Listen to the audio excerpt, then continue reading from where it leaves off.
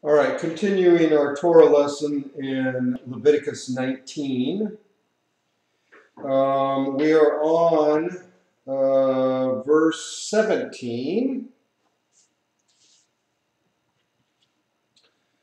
You shall not hate your brother in your heart. You shall surely rebuke your neighbor and not bear sin because of him. You shall not rise up nor maintain against the children of your people, but you shall love your neighbor as yourself. I am Yahuwah. Okay, so we're supposed to love each other. So when Yeshua said we're not supposed to murder, but he says we're supposed to love each other. He wasn't just making this up. This is Torah. Torah says supposed to love each other. Very important. But the first thing that it says, I think, is really interesting. You shall not hate your brother in your heart. You shall surely rebuke your neighbor and not bear sin because of him. So in a society that is encouraging righteousness, you have to go to your neighbor and discuss any sin that you see in him. Okay? Now remember, we're dealing with holiness. We're dealing with whatever level of sin that person is up to, not stuff that is beyond what he studied so far. Okay? And this goes back to in the path. The first thing you learn is don't try to put on somebody something that you're working on. Help them to grow in areas that they're working on. In other words, your level of sin might be different than theirs. And they haven't learned this particular thing, so they shouldn't be pushed into it. But whatever they are working on, we need to encourage them to work to do that. So if they are working on a particular sin and they're having trouble with it, they're struggling with that, it's our job to go to them and help them with that sin. Okay? And we're not talking about going to them and saying, hey, you're a sinner, you're doing it wrong, and what's the matter with you? No, what we're supposed to be doing when we see a sin in that neighbor, we're supposed to be going to them and assisting them with that struggle. Okay? We're supposed to be helping them. How can I help you? Is the question you need to ask them. How can I supervise? Will that be a help? Can I have a meeting with you where we focus on God an extra time during the day? Will that help? These kind of things is how you help people to not sin on the issue that they're working on. Okay? Or they may not understand a particular sin, and you talk to them about that. It's something that they should understand by this point.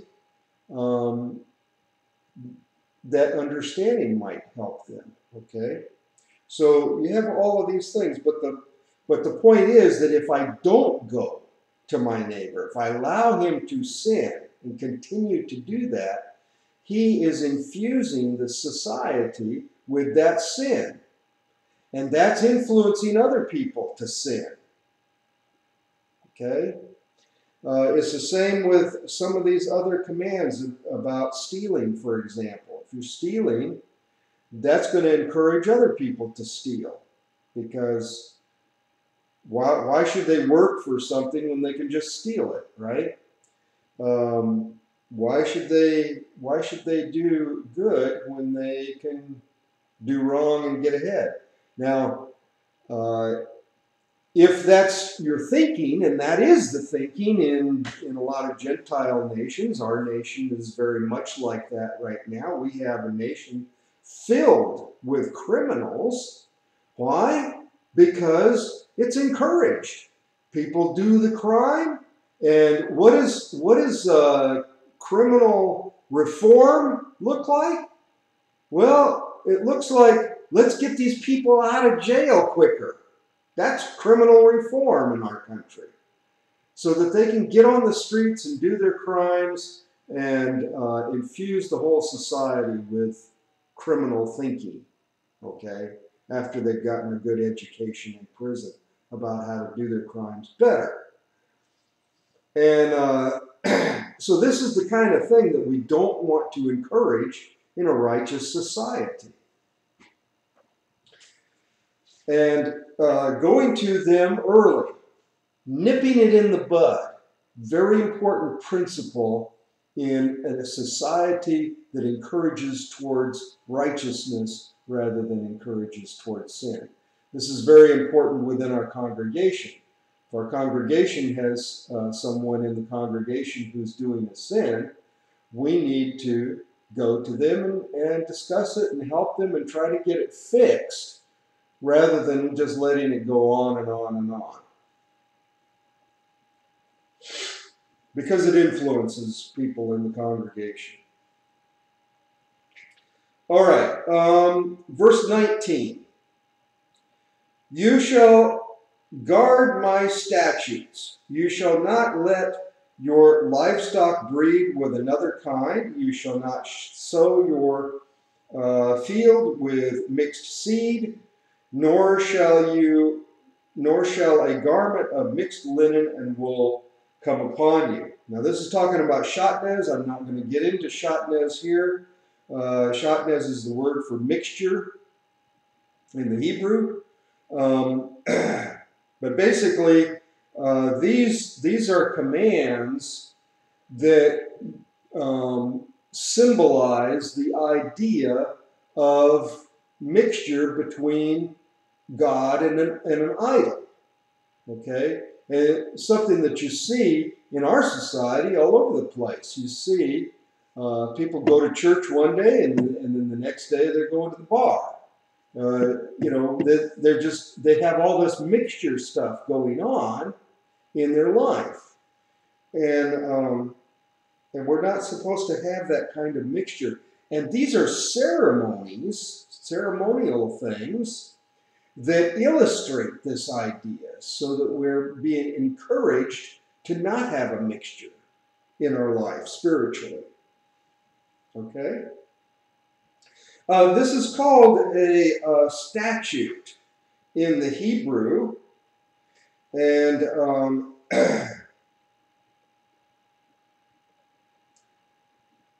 let's see, it's in the Hebrew, it's a chok. Now, in rabbinical literature, a chok is a command where it doesn't tell you why you're doing the command. And that's certainly what you see in these commands. You don't see an explanation in here as to why you are supposed to do them, okay? Now, that does not mean that we can't figure out why we're supposed to be doing them, okay? Now, in some cases, you're going to get a command which you really don't understand why you do that. In fact, it goes against your conscience. It goes against your sense of right and wrong. You say, man, this is terrible. Why, God, are you telling us to do this? Right? And that is a chok. It means that you're supposed to do it even though you don't understand why. And there are occasions where you're going to run into that. And it takes humbleness to God to do that. And we need to have that kind of humbleness to His Torah. On the other hand, many of these commands that don't have an explanation in the text you can figure out why they're supposed to be there. And that's exactly what we're doing here in this chapter. We don't have an explanation really in the chapter as to why we're supposed to be doing these things. What we're doing is we're putting two and two together to figure this out, okay? And it's very important that we do figure this out, because this particular lesson of how you have a society that encourages righteousness is very important. It applies to the congregation today. And it will apply to us in Israel once we're following Torah, okay, in the land, and fully. We're going to be building a community of congregations. And all of these things are designed to help us to make a righteous community, a community that encourages righteousness rather than discourages righteousness. All right, verse 20. Whoever lies carnally with a woman who is betrothed to a man as a concubine. The word there in the Hebrew is slave. Okay? In other words, this woman is a slave. But she is promised to someone else or to the person. Whatever, it doesn't say who she's promised to. And who has not at all been redeemed nor given her freedom. In other words, it's specifying specifically, we're talking about a slave. Okay? For this there shall be scourging, but they shall not be put to death because she was not free. And he shall bring his trespass offering to the Lord, to the door of the tabernacle of the meeting, a ram as a trespass offering. The priest shall make atonement for him with the ram of the trespass offering before the Lord for his sin which he has committed, and the sin which he has committed shall be forgiven. Okay. Now, this is a very difficult passage. Let's go into it. First problem is translation. The word scourging. It sounds like this girl is a slave, she gets raped, and then they're going to beat her for being raped. That's what it sounds like. But that's not what it says in the Hebrew at all. Okay? The word scourging let's see.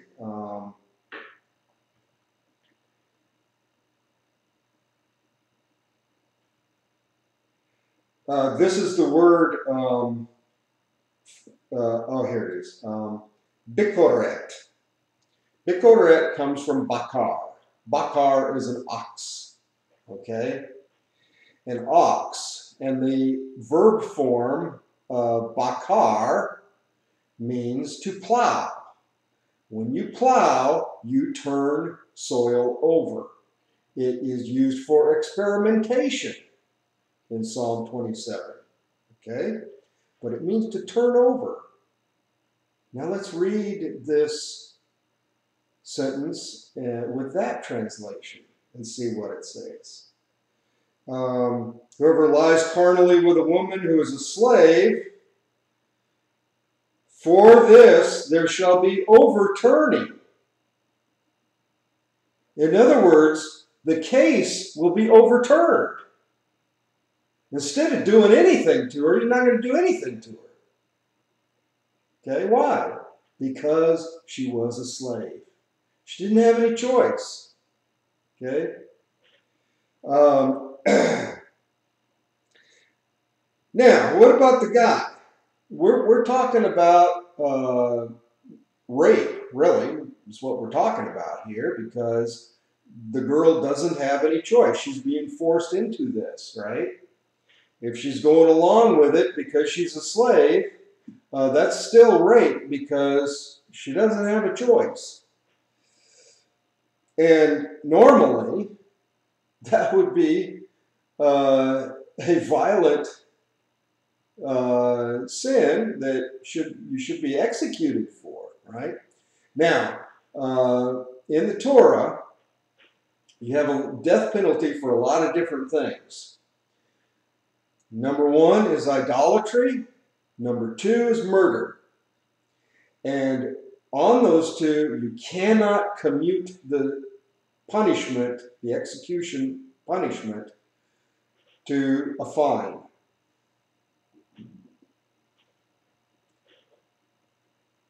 So what about rape? Well, rape is the potential of murder.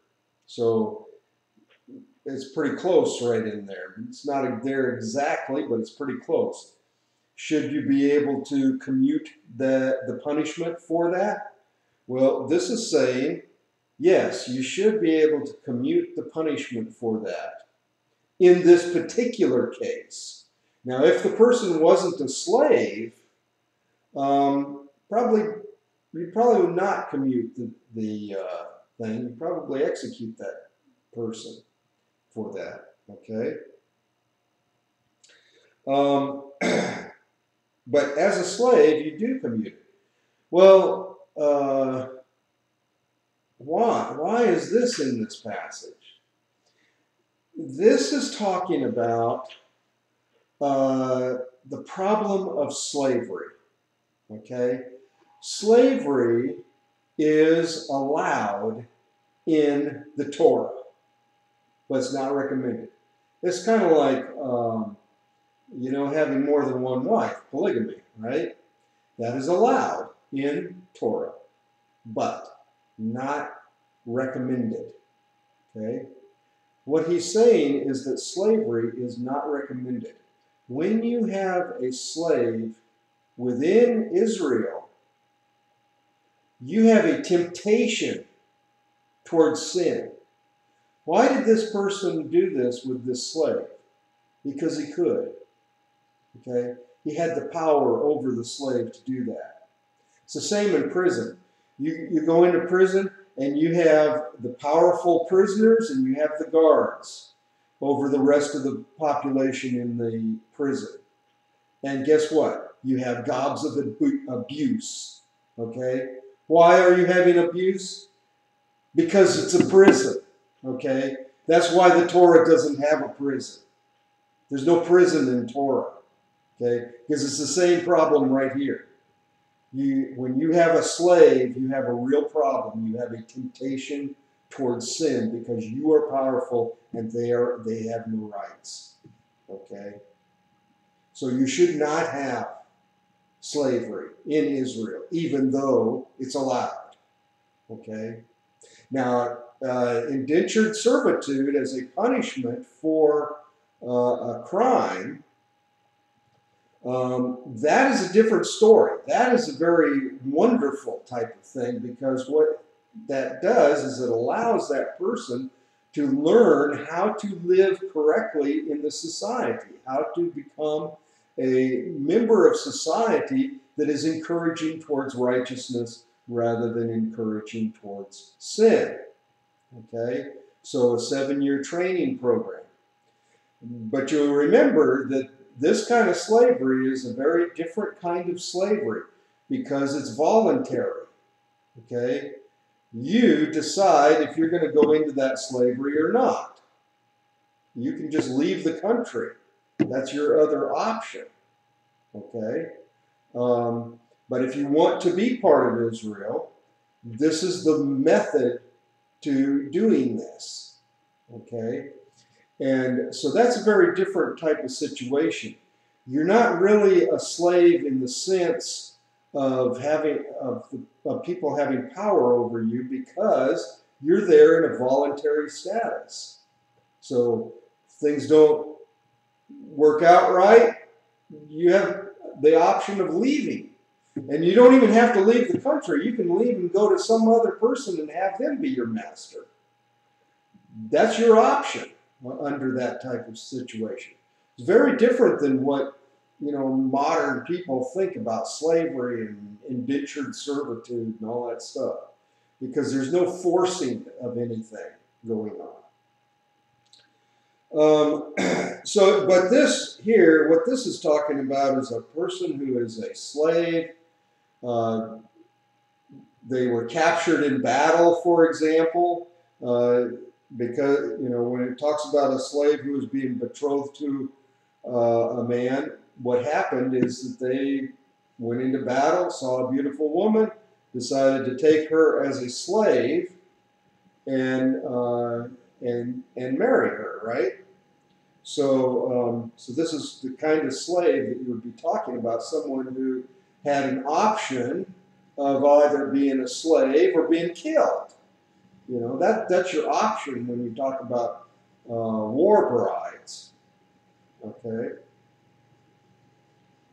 so that's a different type of situation, and it puts a master completely in charge of another human being, and it causes a temptation towards sin, and it's something that you really want to remove from society if you want to encourage righteousness.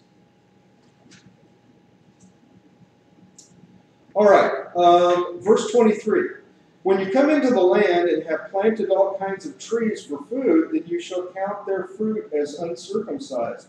3 years it shall be uncircumcised to you, it shall not be eaten. But in the 4th year all its fruit shall be holy, a praise to the Lord. And in the 5th year you may eat its fruit, and it may yield to you its increase. I am Yahuwah your God. Okay, so what's going on here is that the first 3 years, the fruit's going to fall on the ground, the animals are going to have it. The 4th year, you're going to take that fruit and you're going to bring it with you to the feast, and it's going to be part of the food for the feast that you do down in Jerusalem. Okay? Then in the 5th year, you can eat its fruit. Now, at the beginning of the chapter, it said that we're supposed to do God's Shabbats. Well, what's Shabbat? Shabbat is saying 1 day out of the week belongs to God. Okay? What are we doing? We are honoring God. We are recognizing that God owns all of our time. And we are setting aside a day to thank Him for all of the things that He does for us and for all the time that He gives to us. All of our time is a gift from Him, right? So it all belongs to Him. Now this particular thing, this with the 4th year fruit that goes to the feast, is going to be in addition to your regular tithe. Okay? So this is a very obscure command, but it has to do with Shabbat. It's if you look at all the different commands about Shabbats, resting in the 7th year, in the 50th year, 7th day, 10% goes to God, all of that stuff. The 4th year of the tree, a pretty minor one, right?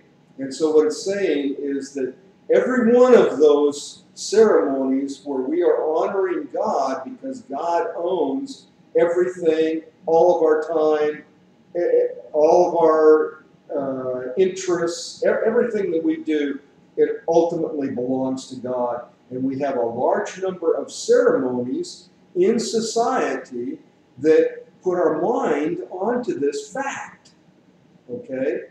And these ceremonies in society are doing what? They are encouraging us to be holy towards God. They're encouraging us to get closer to Him. They're encouraging us to live righteously. So all these ceremonies are a very important part of a righteous society that encourages righteousness and holiness.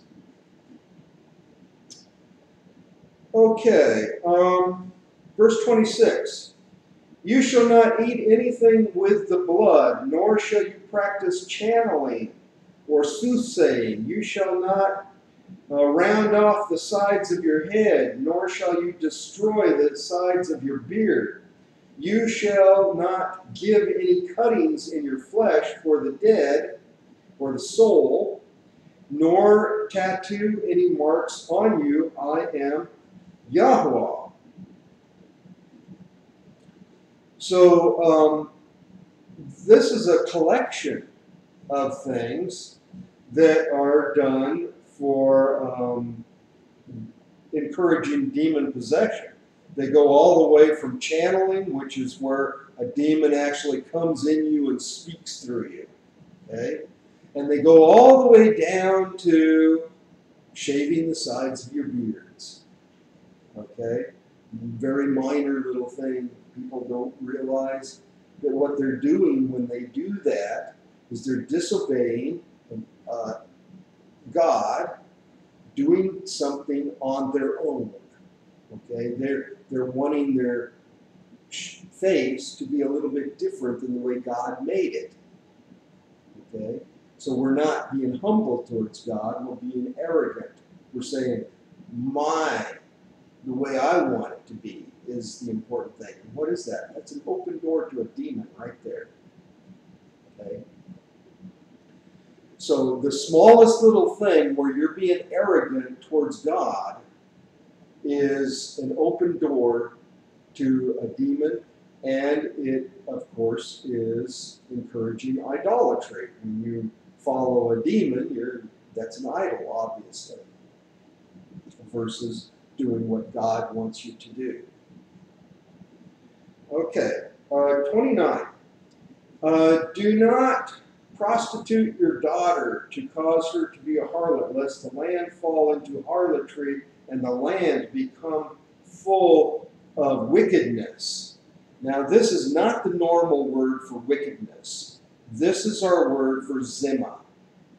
Zimah was used back in chapter 18 of Leviticus, where it was talking about incest. This is talking about genetic deformity. Okay? In other words, something that will cause a problem later on as things go on. And of course, all of these things that are going on in this chapter are things that will cause genetic problems down the line. And this is the point that we're making here, is that when you do a sin, it's going to encourage someone else to do a sin. Okay? And so he's mentioning this as an example. When you prostitute out your daughter, that's going to do what? That's going to encourage other people to do that. It's going to encourage all kinds of problems. In fact, all of the homos problem that we have today, if you could get accurate information on it, which I don't think you can, you would find out that most, if not all, of the homos that we have today are a result of abuse, child abuse, okay, sexual abuse. And because they were abused, they have their sex system all messed up. And that's what is causing them to be like that. And we just have a lot of that type of abuse going on in this country. And as a result, you have a lot of people with all kinds of sexual problems as a result of that. But it's the same thing here when you talk about prostituting out your daughter. What's going to happen? Well, your daughter's going to be messed up sexually, and so in the next generation, there's going to be all kinds of problems in that area. But all of these things would fit into this next generation problem. Okay, so everything in here, and this is what he's trying to point out here, is that if you encourage sin in your society in the least way, it's going to cause more sin down the road, and eventually you're going to have a nation that is filled with sin like we have in this country. We had a very righteous country to start with. People were thinking, they were following the Bible, they wanted a place where they had freedom to follow the Bible according to their own understanding of the Bible. And wonderful concept, but of course, people had a certain amount of sin going on, and the sin got encouraged, and that's what you end up with today. And so all of these things, as you go through all these things, you need to look at how is this sin going to encourage another sin, which will encourage more sin, which will encourage worse sin, and eventually fill up the society with sin. Okay, verse 30, you shall guard my Shabbats and fear my holy place. I am Yahuwah. So the holy place, we can only have that in Israel because it has to be in Jerusalem. Okay? But that is a place where God's presence is. When you start doing this kind of society in Israel, then God's power is going to be affecting things in Israel. The lion will lay down with the lamb. The desert will bloom. These kind of things happen as a result of God's power in the land of Israel. My Shabbats, on the other hand, is talking about all of the different ceremonies that we do to focus our mind on God, to be holy, and to encourage that. Okay? So this is something that we can do here in the congregation today. We can do all these different kinds of Shabbats in order to focus our mind on God and become more holy.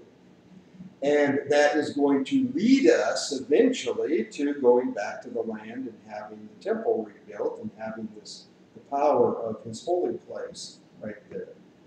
But you'll also recognize that the word there is very interesting in verse 30.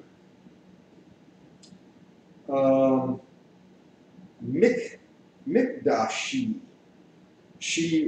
E is my, and Kadesh is the word for holy. So my holiness is another way to translate this. Guard my holiness, okay, or fear my holiness. And when you're not talking about the temple in particular, if you're talking about the holiness of the congregation, now this is something that we can do right now, right today. We can have holiness within our congregation. And we need to fear it. And why do we want to fear it? Because this is going to encourage us to be righteous. As a member of the congregation, we don't want to upset that. You do one little thing and it's a problem. Ananias and Sapphira is your story about that. Okay? If the congregation is operating in a holy manner, if the line is drawn very well, and you get this holiness going, and you get the flowing of the Holy Spirit going, and someone tries to do a secret sin, you could very easily end up dead. Okay? And if we are doing all of the things that we're supposed to be doing, i.e., when you see a sin, you go to your neighbor and you take care of it, okay, you help them out of that thing, then the Holy Spirit is free to do his job with secret sins. And this is a fearful situation. This is exactly what happened in Acts when they were talking about Ananias and Sapphira. When they dropped dead, there was a large group of people who did not want to join the congregation because they feared the holiness within it. Okay? And that's where we want to be. That's where we want to stay. That's something that we can have right now. That's something that we can have right at the beginning of the path. Once you start doing the feedback, the judgment, okay, on on the gifts and on sins within the congregation, and you draw that line very well.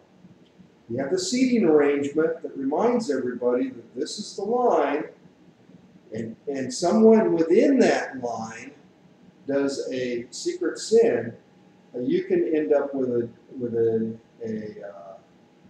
Ananias and Sapphira situation real quick. Okay, and that's what we want to do. We want to get to this place where people have a fear of doing the wrong thing. Why? Because this encourages us to live righteously. And when we are encouraged to live righteously, we will encourage each other to live righteously, and we'll have a society that we like. We will enjoy each other instead of fighting with each other. All right. Give no regard to mediums and familiar spirits. Do not seek after them to be defiled by them. I am Yahuwah your God. This is the same as above. We don't want to go to other people for our answers. We want to go to God for our answers. This can be a problem with doctors also. Is your primary go-to the doctor, or is your primary go-to for healing God, who is our healer? We got to go to God first for everything. Anything that we're going to first before Him is an idol.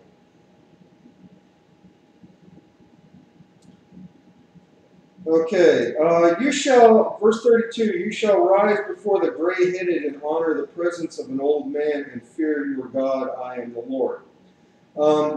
This is talking about people who are in authority by the fact that they know more than you do, okay?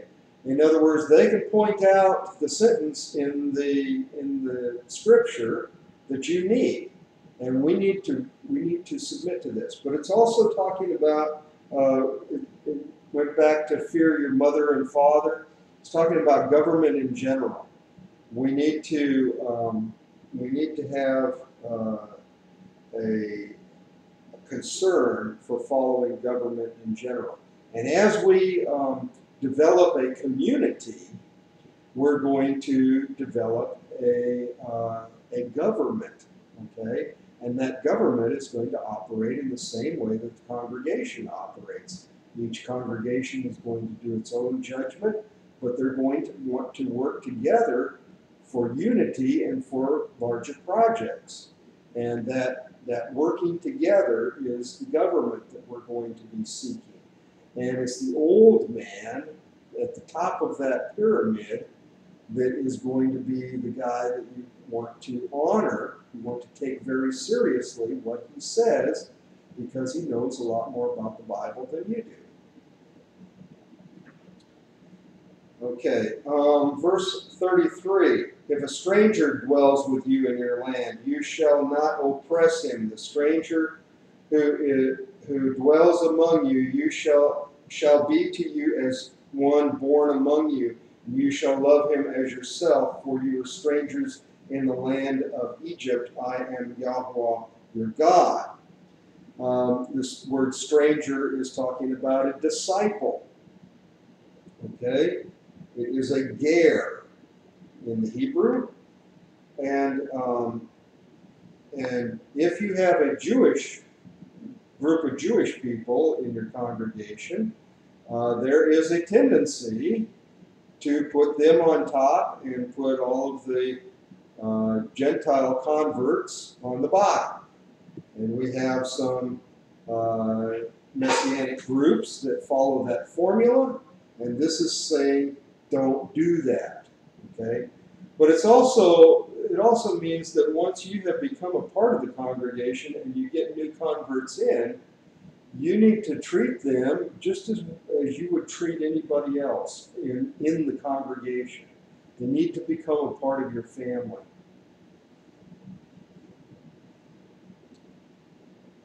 Okay, you shall do no injustice, verse 35, in judgment, in measurement of length, weight, or volume. You shall have honest scales, honest stones, an honest ephah, and an honest hin. I am Yahweh your God who brought you out of the land of Egypt.